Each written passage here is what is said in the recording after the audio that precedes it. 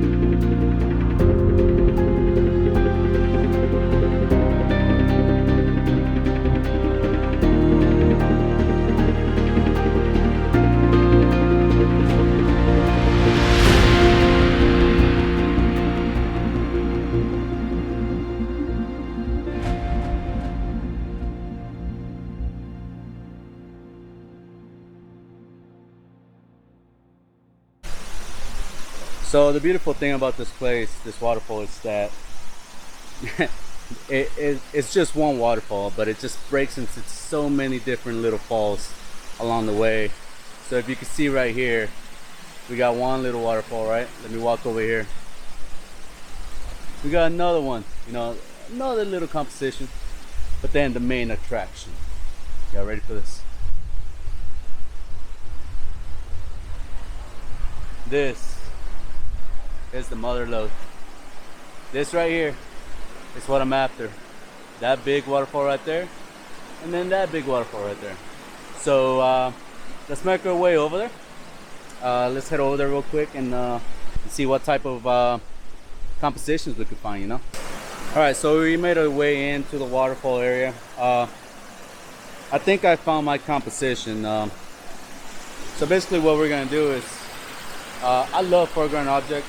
You always got to have a foreground object for most of the time for landscape photography. Along with that, you want some leading lines, which ultimately leads to your subject.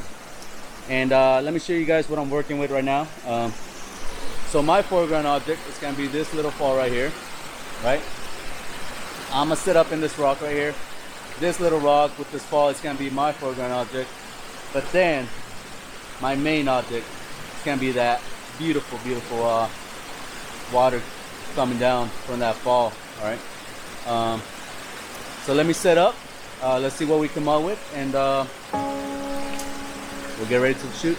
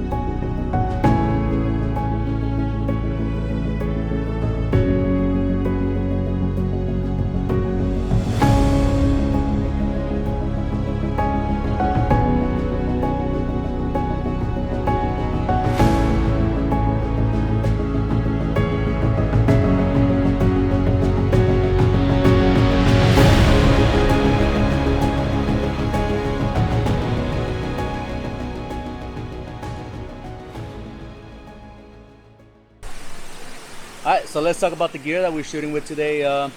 So today I'm shooting with my DA50, Nikon DA50. Absolute beast, I love this camera. I also got on it a Tamron 15 by 30 millimeter f2.8 G2 version, and I'm also adding a filter. Obviously, the reason you add filters is to get more flow with the water, better smoothness. Then you could drag your shutter a little longer to get those long exposures and that silky smooth water that you like to see in pictures. But I'm doing the 150 millimeter candy filter. I'm going with the ND16 because honestly we got a lot of shade from the trees right now. It's cloudy, so there's not a lot of harsh light, but we do have beautiful light on the waterfall, the main subject, which is great. Everything else is like a small, it's like almost in the shadows, but the waterfall has light in it, so it's almost like the composition and the light is drawing you into that main waterfall, and it's really amazing. Today was definitely a day to shoot. Lots of water, lots of vibrancy, and overall nice compositions. All right, so let's talk about some of the settings. Right now I'm in manual mode. I'm at f8, 4 seconds, and ISO 64. And then you might ask yourself, why do you want those settings? Obviously ISO 64 for the DA50 is the native ISO. It's basically the base ISO that the camera starts at. Obviously you could go to low 1, which is ISO 31 or so, but by then you're sacrificing detail and sharpness in your pictures. So it's always recommended to shoot at native ISO for your camera. I got a 4 seconds because obviously the longer your shutter's open, the more movement your sensor basically detects and basically captures. So 4 seconds will give us silky smooth water exposure, and you will see that it's just gonna be smooth and flowing. And the last setting, it's f8. Now base rule of thumb is in lenses, if your lens goes up to f22 and it goes from 4 to 22, you basically want to meet in the middle. It's not a written rule, but it is said that the happy medium for your lens is basically the sweet spot, being where the lens basically performs at the highest, sharpest capability. With that being said, my lens goes from f2.8 to f16. So usually from f8 to f10, it's usually the sharpest image I could obtain from this lens. Without further ado, let's click the shutter.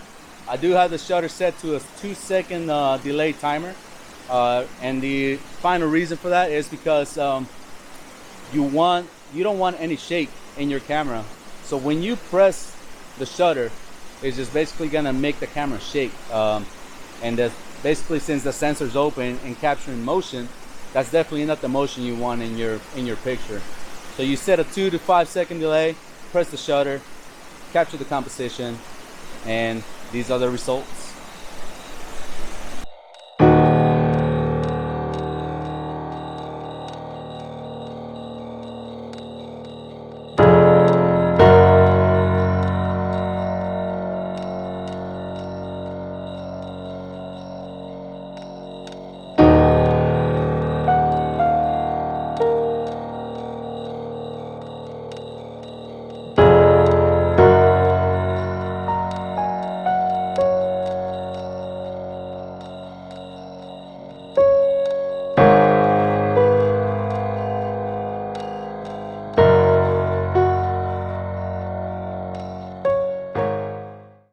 Alright guys, well, thanks for sticking around. Thanks for looking at my video.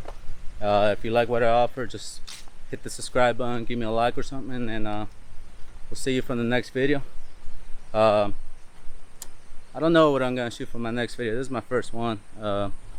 Pretty new to the vlogging game, and let's go this way. And yeah, I mean, Okinawa offers a lot of beautiful places, a lot of waterfalls, wildlife, photography, as well as some amazing landscapes. Just stay tuned, and then for my next episode I'll be explaining how I shoot my landscapes. If you want to follow me on Instagram, just go ahead and go to Instagram.com, look for Evolve Visuals, same as my YouTube. Definitely find some nice composition, some nice landscapes that I've done there. It's getting pretty dark now, so we gotta get out of here. This camera really doesn't do much good in the dark, shooting with the Osmo Pocket, so with my vlogging setup. So yeah, thanks for sticking around. Look forward to seeing you guys comment and see what you guys think about the video, and see you on the next one. Peace.